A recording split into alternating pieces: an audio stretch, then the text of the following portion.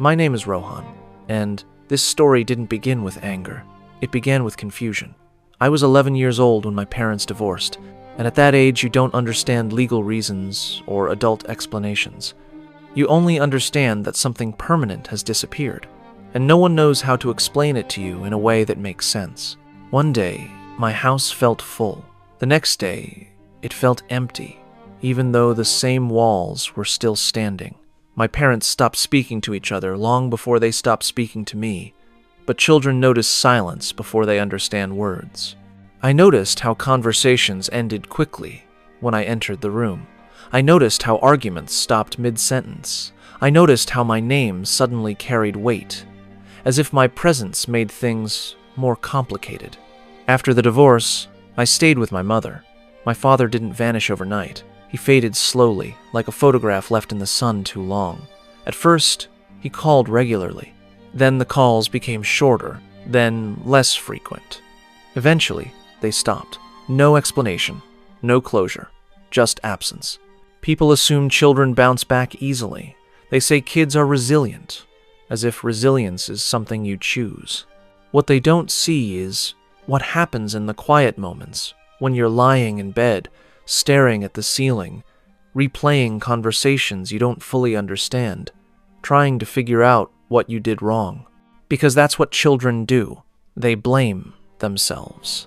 I blamed myself for the divorce. I blamed myself for my father leaving. I blamed myself for my mother's exhaustion. I learned very early that love could feel conditional, temporary, and fragile. And once you learn that, it changes the way you see everything. My mother tried. I need that to be clear. She worked long hours, came home tired, and carried the weight of responsibilities that doubled overnight. I could see it in her eyes. The fear, the pressure, the constant calculation of money, time, and survival. So I stopped asking questions. Not because I didn't have them, but because I didn't want to add to her burden. At 11, I learned to stay quiet, for the sake of others. School became a place where I disappeared in plain sight. Teachers saw my grades and assumed everything was fine. Classmates saw a quiet kid and never bothered to ask why. Silence is convenient that way. It allows people to believe whatever makes them comfortable. I remember sitting in class, listening to lessons, but my mind was always somewhere else. I was watching people instead of listening to them, watching how adults smiled while hiding frustration, watching how authority figures avoided uncomfortable topics, watching how easily people accepted half-truths if the full truth required effort. That was when I started learning something I didn't have words for yet. The world doesn't reward honesty. It rewards convenience. Nights were the hardest. That's when the house felt too quiet. I would lie awake, hearing my mother move around in the other room, pretending to sleep so she wouldn't worry. I would replay memories, family dinners, old conversations, moments that now felt unreal. I wondered if they had ever really happened, or if I had imagined a version of life that no longer existed. Sometimes, I imagined my father knocking on the door. Other times, I imagined him forgetting my face entirely. Both thoughts hurt in different ways. What no one prepares you for is how loneliness changes you when it starts early. It doesn't make you dramatic. It makes you observant, careful, quiet. You start paying attention to details other people ignore, because details feel safer than emotions. That year, something inside me shifted. I stopped expecting adults to fix things. I stopped believing that fairness was automatic. I stopped assuming that someone would notice if I was struggling. Instead, I learned how to manage on my own, emotionally and mentally, even though I was still a child. There were moments when I wanted to speak up, to say that something felt wrong, that I was scared, that I didn't understand what was happening to my life. But every time I opened my mouth, I felt invisible pressure telling me not to. Don't make things worse. Don't cause trouble. Don't ask questions no one wants to answer. So I stayed silent. And silence has consequences. Silence teaches you to internalize everything. It teaches you to turn pain inward instead of outward. It teaches you to observe rather than participate. By the end of that year, I wasn't just a child dealing with divorce anymore. I was someone learning how the world actually works. I learned that people prioritize their own stability over uncomfortable truths. I learned that children are expected to adapt to adult mistakes without complaint. I learned that justice, fairness, and protection are not guaranteed. They are choices people make, and sometimes they choose not to make them. That realization didn't make me angry. Not yet. It made me aware. And awareness is dangerous, especially when it begins young. Because once you stop believing that someone will come and save you, you start thinking about what it would mean to protect yourself instead. That was the year everything broke. And it was also the year something else quietly began. After that year, I stopped expecting anyone to intervene. I stopped hoping for someone to notice the way my life had changed overnight. It was a quiet resignation, but it was a survival mechanism. Children who learn early that adults cannot protect them develop a strange kind of awareness. You start to watch, to listen, to memorize things adults think you cannot understand.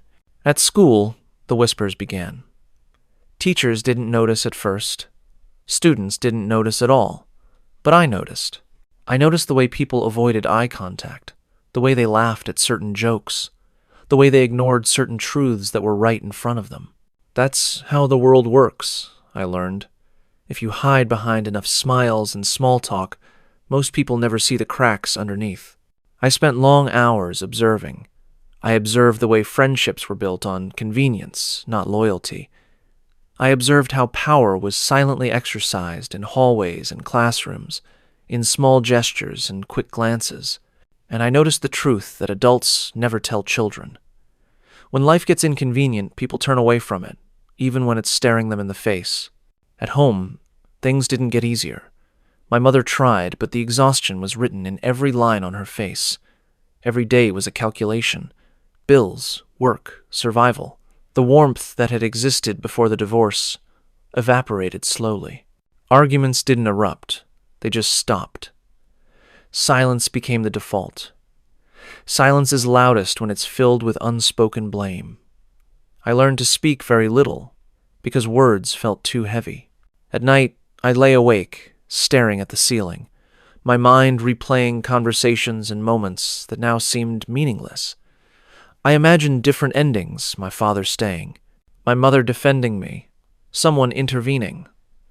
None of these endings happened. Life doesn't stop for children. Life doesn't pause so that the wounded can heal.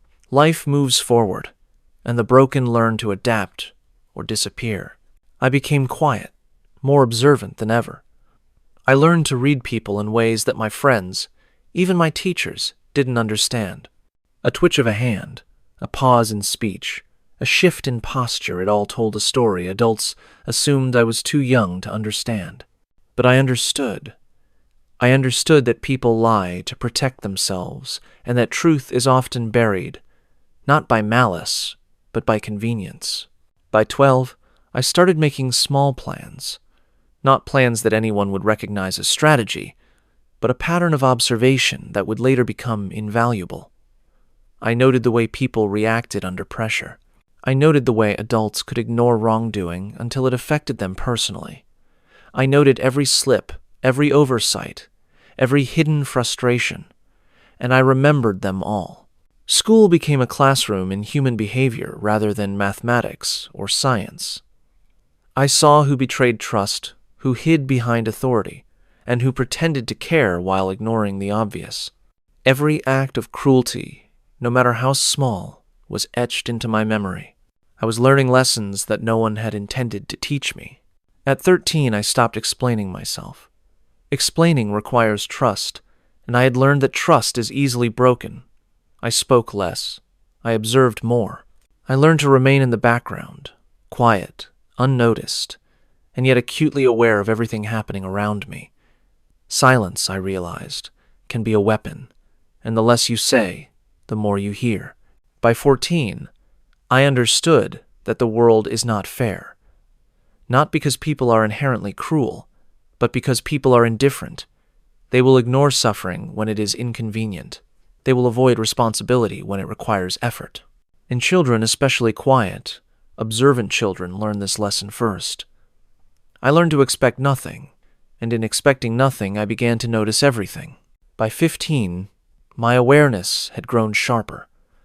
I could predict reactions, read intentions, and understand unspoken hierarchies.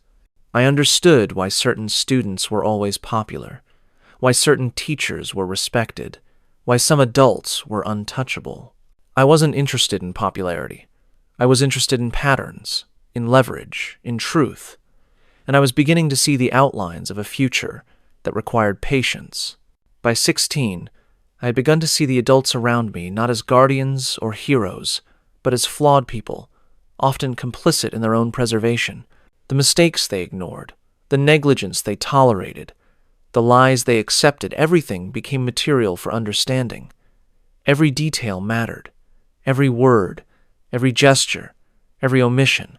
By 17, I began to make conscious choices about distance. I started spending more time alone.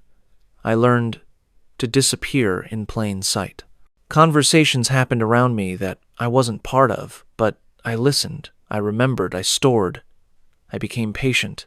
Patience was a shield, and observation became a weapon.